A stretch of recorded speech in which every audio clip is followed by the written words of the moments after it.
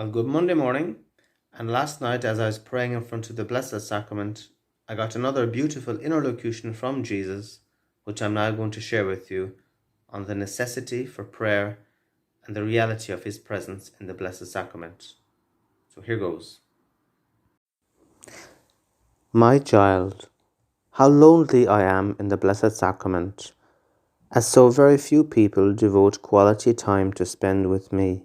So few people really believe that I am truly present, and many of those who do believe only come to me when they need something. Yes, my children, I am Jesus, I am God, and through my incarnation, I became one of you, and I am truly present in the Blessed Sacrament. And I thirst and need your love and your prayers for yourselves, your families, and the world. Yes, my children, I desperately need your help and your prayers, no matter how weak or how sinful you are. You are all precious to me, and each and every prayer you say is precious to me. Prayer, my children, cannot be treated like a hobby or a pastime that you do when you feel like it.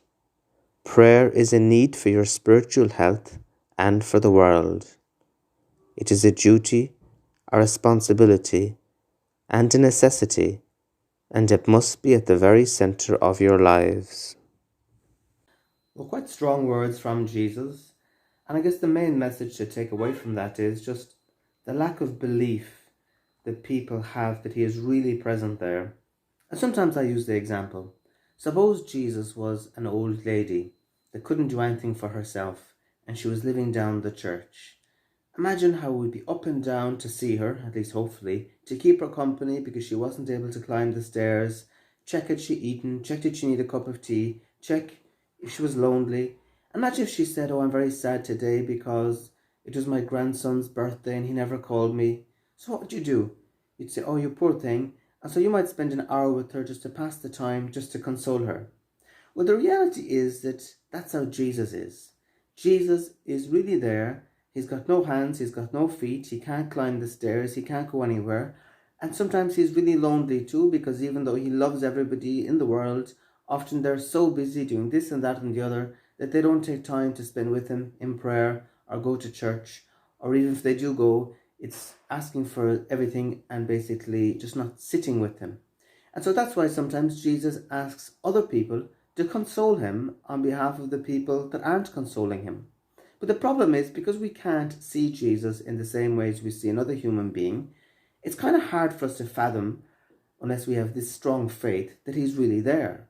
And then you see, with theology, we can kind of theologize it away. We can say, well, Jesus is God, he has everything, he's fully happy in himself, he can't get lonely, he doesn't need us. I'm just this poor sinner anyway, what good are my prayers? And these are all things you see that the devil puts into our heart to keep us away from prayer, to keep us away from Jesus, to keep us away from our mission, and really to keep us away from the truth.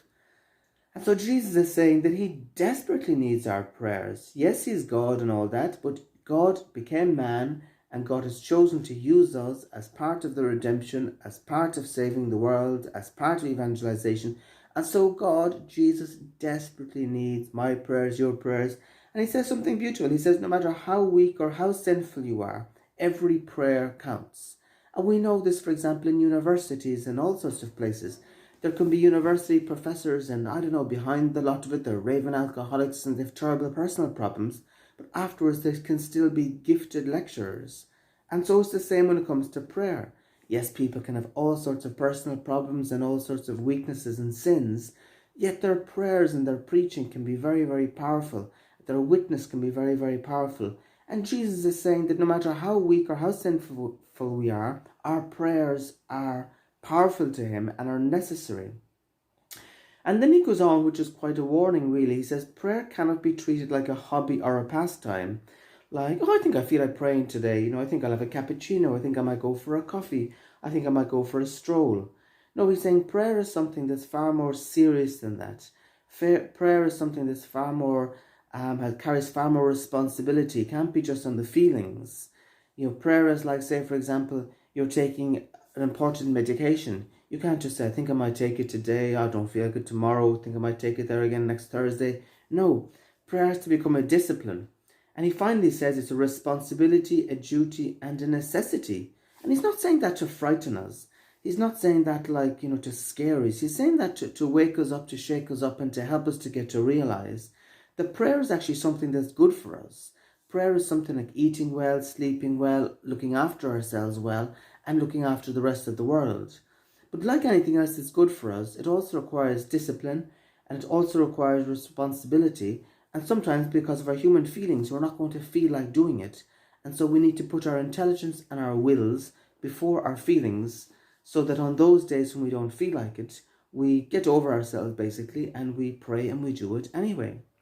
So what would I say? Well, I would encourage you, me, all of us, to spend as much time with Jesus as possible in the Blessed Sacrament, even if it's only 5 minutes here, 5 minutes there. Because think about it with your WhatsApp. Say, for example, you get 1 or 2 messages from a day or whatever from someone you love, and it's just a quick message to say, I love you. Now that could change your whole day. It wasn't long, it wasn't an essay, but it was short and sweet and to the point. And so it's the same with Jesus. We don't need to spend hours and hours and hours with him, but as we pass by the church, there's no harm to pop in for 5 minutes here, 5 minutes there, 10 minutes here, 10 minutes there. Just talk to him, tell him you love him, and then go in your merry way. And maybe once a week or whatever, depending on your circumstances, you will have more time, in which case you might be able to spend half an hour, you might be able to spend an hour. But it's not a question of quantity all the time, it can be a question of quality.